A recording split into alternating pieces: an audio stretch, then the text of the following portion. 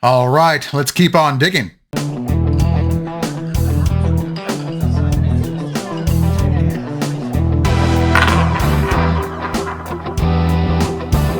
How you doing? This is Brian from Change is Good. In this video, we're going to go through 100 wheat cents out of this wheat cent bag. We'll be hunting through the dates on camera. Afterwards, I'll scope them all for significant mint errors and varieties such as double dies or repunched mint marks. And as a reminder, if you like this type of content, hit that like, share, and subscribe. And now let's get started. Okay, 100 wheat cents coming up. First up is a 44D. 37D, already got a 30s. 55D, 48D, 44D, 46S, 58P, there's a Steely, a 43D, 46S, 49D, 46S again, 48D, 41S, 57D, 54S, 55D, 29 Philly, there we go, 52D, a cleaned 42S, 45P,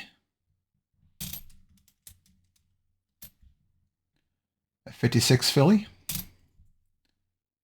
37D again, 39S,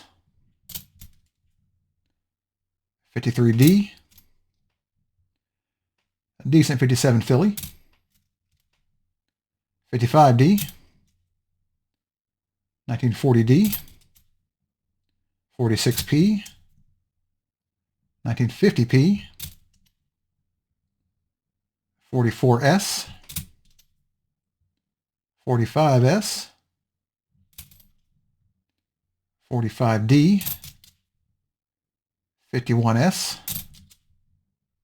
45S, a lot of S's again, 45P, 46S, 46S again, 44S, 58D,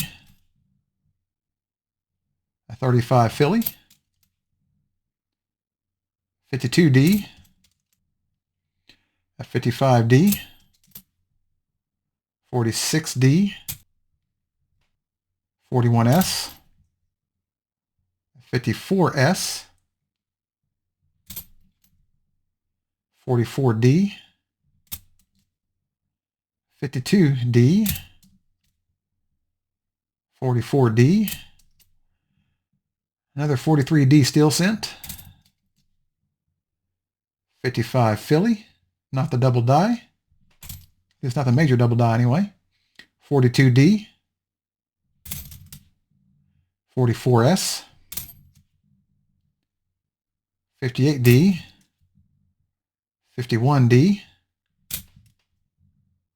56P,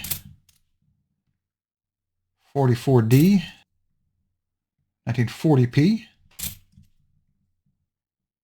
44S, 52S, 52D, 42P, 52S, 52D, 57D, another 43D steel cent, 47D, 49S, 58D, 1950S, a 37P, 58P, 53D, 45D, 1950p, 41D, 52S, 1950p, 46D, a decent 55D, a decent 56D, 44D, 54S, 1950p, a nice 53D, a clean 42S, 47S, 58D, 46D, 46D again,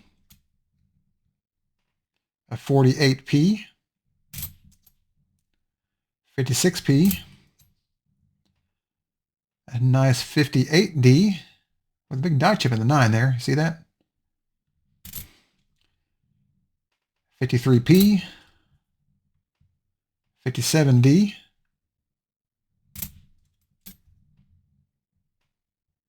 52S, 44D, 58P, 34D,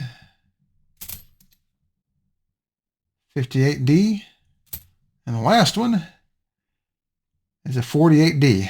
And now I'll start scoping. When I'm done, I'll be back with a recap. Okay, the scoping is done, and as usual, we loaded up on the RPMs. Let's take a quick look.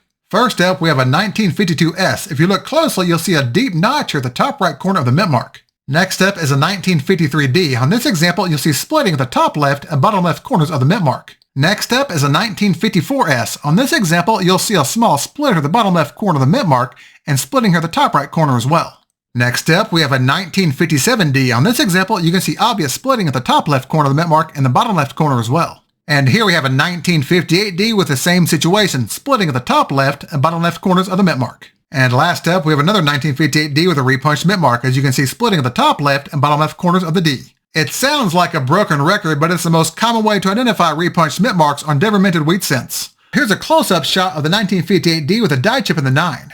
That's not a bad die chip. Now let's do a recap of the hunt. Well, as usual, it was another fantastic hunt. We had 1 find from the 20s, 6 finds from the 30s, 3 1943 steel cents, a die chip error, and 6 repunched mint marks. Now, if you're wondering why I spend so much time looking for repunched mint marks and other varieties on wheat cents, I spend about a nickel a piece on these coins.